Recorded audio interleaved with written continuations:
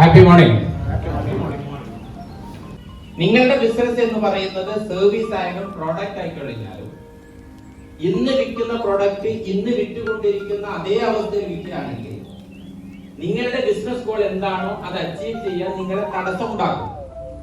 കാരണം മാർക്കറ്റിലെ കോമ്പറ്റീഷൻ വളരെ കൂടുതലാണ്. ടെക്നോളജി പല ബിസിനസ്സുകളെയും ഇൻഡസ്ട്രികളെയും നശിപ്പിക്കുന്നുണ്ട്, തടസ്സങ്ങൾ ഉണ്ടാകുന്നുണ്ട്. അതുകൂടാതെ കസ്റ്റമേഴ്സിന് നിരവധി ഓപ്ഷൻസ് ഉണ്ട്. അങ്ങനെയാണെങ്കിൽ നിങ്ങളുടെ ബിസിനസ് ഗോൾ എൻഡ് ഗോൾ എന്താണോ അത് അച്ചീവ് ചെയ്യണമെന്നുണ്ടെങ്കിൽ നിങ്ങൾ ഇന്നോവേറ്റ് ചെയ്തേ ഉള്ളൂ. ഇന്നോവേഷനെ പറ്റിയിട്ടാണ് ഇന്ന് പറയുന്നത്. ചേഞ്ച് എന്ന് പറയാം.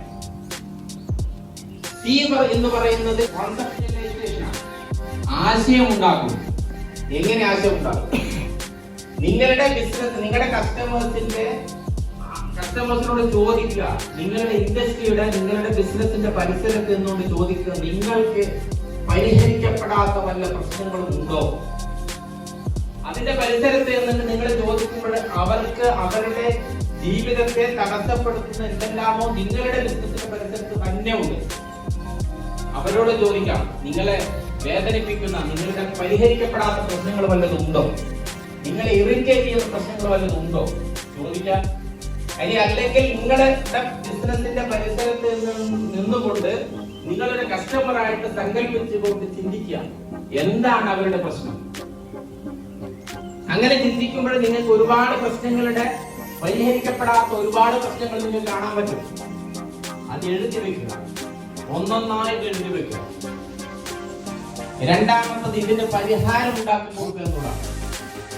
പരിഹാരം ഉണ്ടാക്കുമ്പോൾ ശ്രദ്ധിക്കേണ്ടത് ഒരിക്കലും ലോജിക് അവിടെ പ്രവർത്തിക്കരുത്, യുക്തിരഹിതമായിട്ട് പ്രവർത്തിക്കും. ഒരു കാലത്ത് യുക്തിരഹിതമായ കാര്യങ്ങളാണ് ഇന്ന് നടന്നുകൊണ്ടിരിക്കുന്നത്.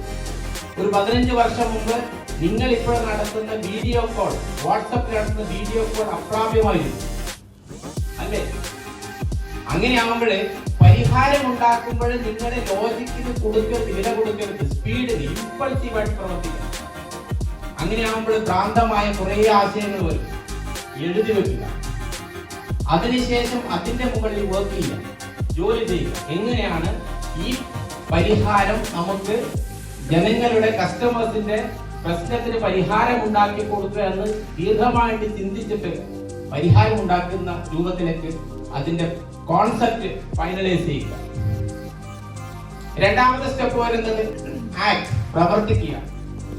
ഈ സ്റ്റേജിൽ നിങ്ങൾ ഉണ്ടാക്കിയിരിക്കുന്ന പരിഹാരത്തിന് അനുഗുണമായിട്ടുള്ള ഒരു പ്രോട്ടോടൈപ്പ് ഉണ്ടാക്കുക. പ്രോഡക്റ്റ് ആയി കഴിഞ്ഞാലും സേവനമായി കഴിഞ്ഞാലും അതിന്റെ പ്രോട്ടോടൈപ്പ് ഉണ്ടാക്കുക. പ്രോട്ടോടൈപ്പ് ഉണ്ടാക്കുക എന്ന് പറഞ്ഞാൽ ഒരു മിനിമം വേയബിൾ പ്രോഡക്റ്റ് ഉണ്ടാക്കുക.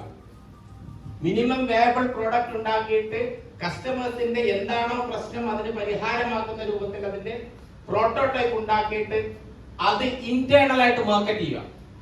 നിങ്ങളുടെ ടീമിനകത്ത് തന്നെ ഈ പ്രശ്നത്തിന് പരിഹാരം ഇതാണ് എന്ന് പറഞ്ഞിട്ട് അതിന്റെ പ്ലസും മൈനസും കണ്ടെത്തുക.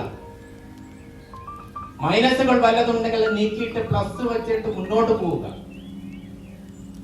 മൂന്നാമത്തെ സ്റ്റേജ് എന്ന് പറയുന്നത് ഗോ ടു ദി മാർക്കറ്റ്. രണ്ടാമത്തെ സ്റ്റേജിൽ നിങ്ങൾക്ക് അതിന്റെ പ്രോട്ടോടൈപ്പ് ഉണ്ടാക്കി മിനിമം വേയബിൾ പ്രോഡക്റ്റ് ഉണ്ടാക്കിയിട്ട് അത് മാർക്കറ്റിലേക്ക് എത്തിക്കണം. മാർക്കറ്റിലേക്ക് എത്തിക്കുമ്പോൾ നിങ്ങൾക്ക് മനസ്സിലാകും യഥാർത്ഥത്തിൽ എന്താണ് കസ്റ്റമേഴ്സിന് ഇതുകൊണ്ടുള്ള ഗുണമുണ്ടാകുന്നത് എന്ന് കൃത്യമായിട്ട് മനസ്സിലാകും. മാർക്കറ്റിൽ പോകുന്ന സമയത്ത് ഒരു കാരണവശാലും നിങ്ങൾ അത് ആദ്യകാലത്ത് നിങ്ങൾ പ്രോഫിറ്റ് പ്രതീക്ഷിക്കരുത്, ബിലോ കോസ്റ്റ് കൊടുക്കേണ്ടി വരും. കാരണം അവിടെ നമ്മുടെ ആഗ്രഹം എന്ന് പറയുന്നത് ഇത് മുന്നോട്ട് പോകാൻ പറ്റുമോ എന്ന് അറിയുവാനുള്ള ടെസ്റ്റ് മാർക്കറ്റിംഗ് ആണ്. ആ ടെസ്റ്റ് മാർക്കറ്റിംഗിന്റെ സ്റ്റേജിൽ വില കുറച്ചിട്ടാണെങ്കിലും കസ്റ്റമേഴ്സിനോട് കൊടുത്തിട്ട് അവരുടെ ഫീഡ്ബാക്ക് എടുത്തിട്ട് അതിൽ തിരുത്തൽ വരുത്താനുള്ളത് തിരുത്തൽ വരുത്തുക. നാലാമത്തെ സ്റ്റേജ് എന്ന് പറയുന്നത് ഇവാലുവേഷൻ ആൻഡ് ഇംപ്രൂവൈസ്. മൂന്നാമത്തെ സ്റ്റേജിൽ ഉണ്ടാക്കിയിരിക്കുന്ന കിട്ടിയിരിക്കുന്ന ഫീഡ്ബാക്കിന്റെ അടിസ്ഥാനത്തിൽ അതിൽ വരുന്ന മാറ്റങ്ങൾ വരുത്തിയിട്ട് നിങ്ങൾ മാർക്കറ്റിലേക്ക് യഥാർത്ഥത്തിലേക്ക് എൻട്രി ആവുക. അങ്ങനെ ആയിക്കഴിഞ്ഞാൽ തീർച്ചയായിട്ടും നിങ്ങൾക്ക് നിങ്ങളുടെ ബിസിനസ് മേഖല ഇന്നോവേറ്റ് ചെയ്യാൻ പറ്റും. ബിസിനസ് മേഖല ഇന്നോവേറ്റ് ചെയ്യാനുള്ള സ്റ്റേജ് ഈ സ്റ്റെപ്പുകൾ ഒന്നുകൂടി പറയുകയാണ്. സി കോൺസെപ്റ്റുലൈസേഷൻ, രണ്ടാമത്തത് A act, G go to the market and E evaluate and improvise. ഇന്ന് രാത്രി പോയിട്ട് നിങ്ങളുടെ മേഖലയിൽ നിങ്ങളുടെ ബിസിനസ് പരിസരത്തിൽ നിന്നുകൊണ്ട് എന്ത് ഇന്നോവേഷൻ ആണ് വരുത്തേണ്ടത് എന്ന് നോക്കിയിട്ട് make it difference. Thank you very much.